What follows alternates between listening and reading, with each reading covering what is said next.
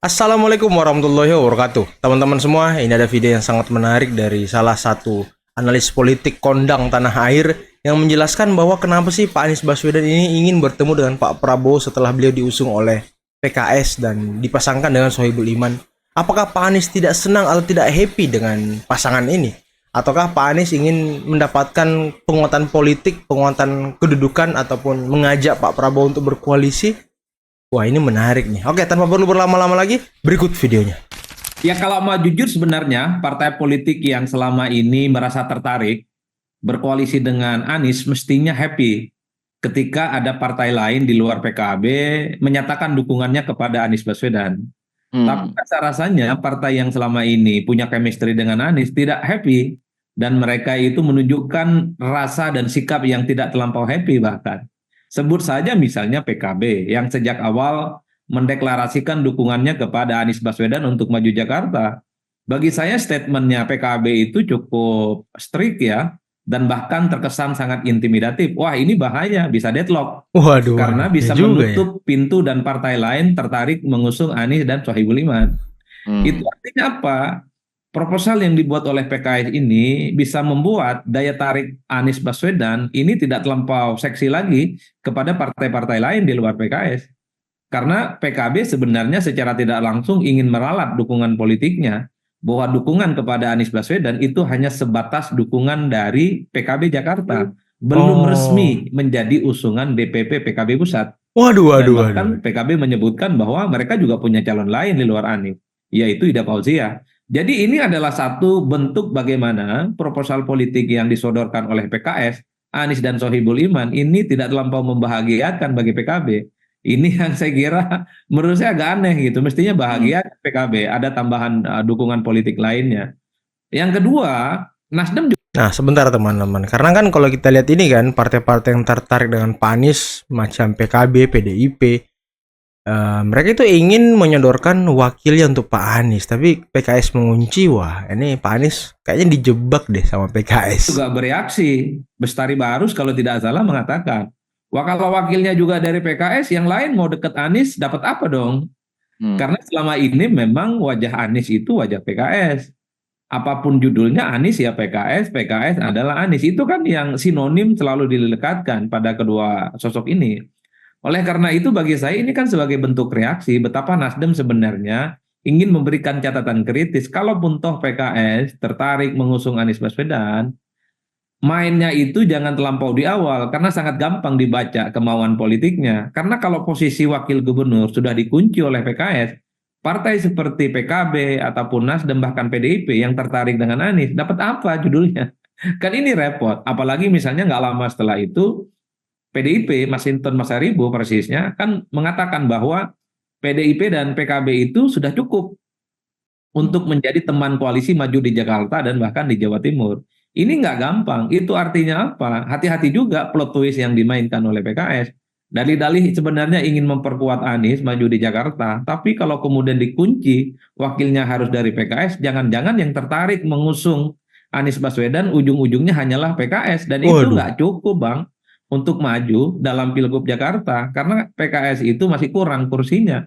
Mungkin ini ya, PKS ingin bergening teman-teman. Karena kan PKS ini pemenang pileg di DKI Jakarta. Mungkin pengen nunjukin taringnya juga kali ya. Oleh karena itu sebenarnya ketika muncul respon yang kurang happy dari PKB khususnya statement dari Nasdem bahkan mungkin dari PDIP itu kan sebagai salah satu bentuk bahwa sekalipun Anies sebagai antitesa yang siap dihadap-hadapkan dengan siapapun calon yang diusung dari kubu Kim, tapi bukan berarti persoalan wakil itu kemudian ujuk-ujuk diputuskan PKS sendiri karena ini bukan hanya deadlock tapi akan mengunci partai yang lain nggak tertarik lagi bicara dengan Anies. Jadi seperti PKB sekalipun itu belum final sikap politiknya. Jangan kira bahwa ketika PKB mengusung Anies Baswedan seakan-akan PKB tidak punya intensi yang lain. Ada kecenderungan PKB juga ingin memajukan kadernya untuk bisa mendampingi Anies Baswedan. Ketika PDIP bicara tentang kemungkinan berkoalisi dengan Anies, tertarik juga ingin naruh kader terbaik PDIP sebagai wakilnya Anies Baswedan. Ini yang saya kira adalah bahwa kejutan yang tidak ada kejutan apapun. Wajar kalau kemudian ketika proposal politik PKS ini soal duet Anies dan Sohibul Iman ini bisa memancing keretakan soal kemungkinan partai-partai yang selama ini ingin mengusung Anies Baswedan, mereka berhitung untuk bikin poros politik sendiri. Nah itu Bung Adi, kalau dilihat dari segi itu kan justru menyulitkan dan membuat situasinya malah tidak menguntungkan buat PKS ya. Tapi kan PKS ini kan partai yang bukan partai yesterday afternoon boy lah gitu ya, bukan partai anak kemarin sore. Ini partai yang sudah lama, katakan aja partai kader yang militan, punya network dan relatif berpengalaman lah dalam deal-deal semacam ini. Kenapa mereka memutuskan mengunci cawagupnya Anies ya? Pasti kan ada pertimbangan-pertimbangan, itu satu. Yang kedua, reaksi Anies sendiri gimana? Anies kan belum menyatakan iya kan sebenarnya. Itu gimana? Jadi dua pertanyaan itu gimana menjawabnya itu, Bung Adi? Ya, karena pertanyaannya dua, saya jawab dengan dua hal. PKS ini sebenarnya ingin menunjukkan satu hal sekaligus. Pertama, PKS itu ingin tetap mengidentifikasi bahwa warna politik mereka adalah Anies Baswedan.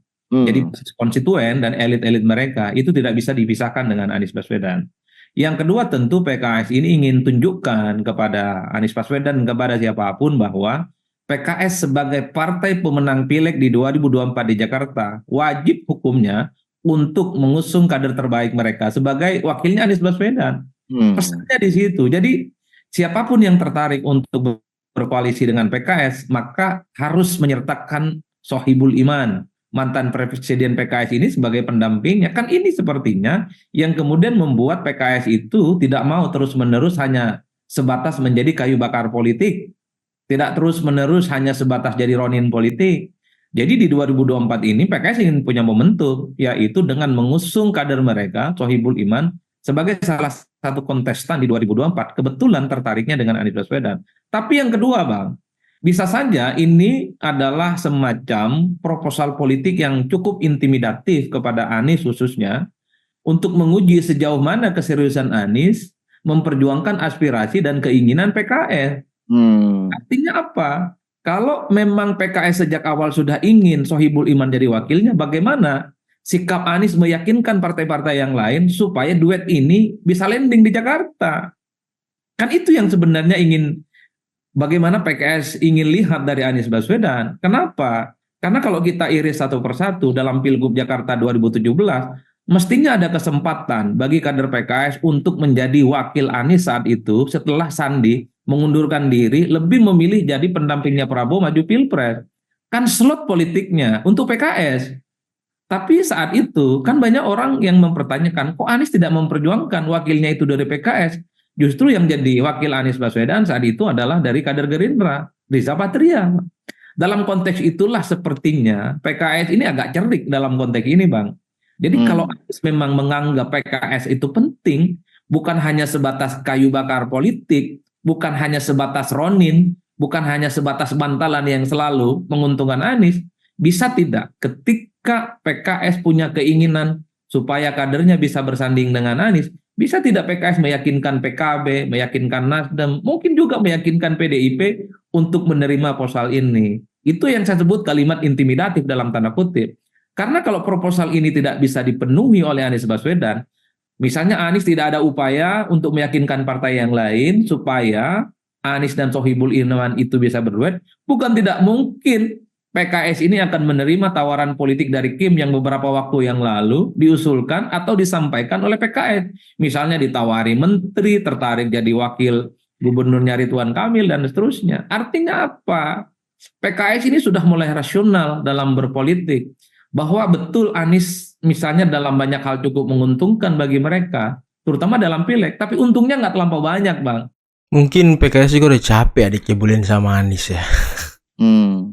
Oleh karena itu di 2024 inilah, kalau memang mendukung Anies itu tidak mendapatkan insentif dan faedah apapun secara politik bagi PKS, misalnya proposal ini tidak diperjuangkan oleh Anies, apalagi misalnya Anies tidak memberikan jawaban hitam dan putih secara resmi, bukan tidak mungkin PKS ini akan pindah ke lain hati. Bukan tidak mungkin tarik bergabung dengan Kim seperti yang beberapa waktu yang lalu sering kita sampaikan dan kita dengar. Jadi itu ceritanya yang saya tangkap. Tapi kan kemudian ada berita Anies menyatakan pengen bertemu Prabowo. Terus pihak Gerindra bilang ya Prabowo sih terbuka, tapi Muzani ya, Pak Muzani bilang saya habis ketemu Pak Prabowo, Pak Prabowo nggak bilang tuh mau ada rencana ketemu Anies gitu. Tapi kan yang menarik ada intensi dari Anies pengen ketemu Pak Prabowo terkait Pilkada DKI, Pilkada Jakarta. Gimana ini membacanya ini? Menurut Bung Adi ini? Ya, saya kira memang Anies itu sepertinya memang ingin mencairkan suasana politik yang sempat tegang, efek Pilpres 2024. Jadi statement-statement Anies yang cukup agresif dan bahkan cenderung mendowngrade Prabowo Subianto sepanjang Pilpres kemarin itu kan menjadi catatan yang cukup serius di kubunya Gerindra dan Prabowo Subianto. Ngasih skor segala kan? Ngasih skor itu. Betul, ngasih skor 11 dari 1 sampai 100. Itu bukan perkara mudah. Itu sepertinya akan dicatat sampai kiamat itu ya oleh Prabowo Subianto dan para pendukungnya. Ini bukan perkara gampang mengingat Anies dulu adalah sosok yang pernah diusung dan dimenangkan juga oleh Gerindra dan Prabowo dalam Pilgub Jakarta 2017. Nah, yang kedua tentu Anies ini kan seorang politisi, paham betul bahwa perlu membangun hubungan politik yang baik dengan presiden terpilih. Jadi tanggal 27 November ketika pencoblosan pilkada serentak termasuk di Jakarta, saat itu Prabowo kurang lebih sudah 1 bulan jadi seorang presiden. Jadi efek Prabowo sebagai presiden tentu akan menjadi tuah yang cukup signifikan kepada Anies khususnya, sehingga pihak-pihak yang selama ini resisten, ya cukup anti dengan Anies Baswedan, gara-gara statementnya yang cukup agresif sepanjang Pilpres, mungkin akan bisa memaafkan Anies Baswedan kalau kemudian Anies bisa bertemu dengan Prabowo Subianto. Kan ini yang sepertinya secara tidak langsung saya ingin katakan, ketika ada keinginan Anies bertemu dengan Prabowo, secara tidak langsung ini Anies ingin meminta dukungan politiknya kepada Prabowo Subianto. Jadi Prabowo sebagai presiden terpilih nantinya menjadi signifikan sebagai salah satu asupan politik yang menurut saya cukup penting bagi Anies untuk memudahkan pertarungan di Jakarta untuk yang kedua kalinya. Oleh karena itu bagi saya kalau melihat rata-rata kecenderungan secara umum, tapi respon Gerindra saya kira dingin sih menurut saya. Kan nggak mungkin langsung menolak karena Gerindra pun ingin menunjukkan sikap negarawan ya. Nah, teman-teman, itulah tadi analisa dari Bung Adi Praitno, salah satu pengamat politik kondang tanah air yang ya sampai saat ini masih menjadi andalan banyak TV, masih menjadi andalan banyak podcaster. Beliau diundang ke sana kemari karena memang beliau kalau mengamati, menganalisa itu sangat objektif, teman-teman, dan saya sangat senang dengan analisis dan pengamatan dari Bung Adi Praitno terkait dengan Pilpres kemarin hingga DKI Jakarta ini. Ya, kenapa Jakarta ini menarik ya? Karena ya beliau lagi, karena kan Jakarta ini merupakan ibu kota Indonesia, walaupun sekarang sudah pindah ke IKN. Jakarta tetaplah Jakarta, teman-teman, merupakan kota industri yang menjadi tujuan orang untuk bekerja dan mencari hidup. Nah, mungkin cukup sekian dulu video kali ini. Jangan lupa like, subscribe, dan share videonya. Akhir kata, bila taufiq wal hidayah. Wassalamualaikum warahmatullahi wabarakatuh. Bye bye.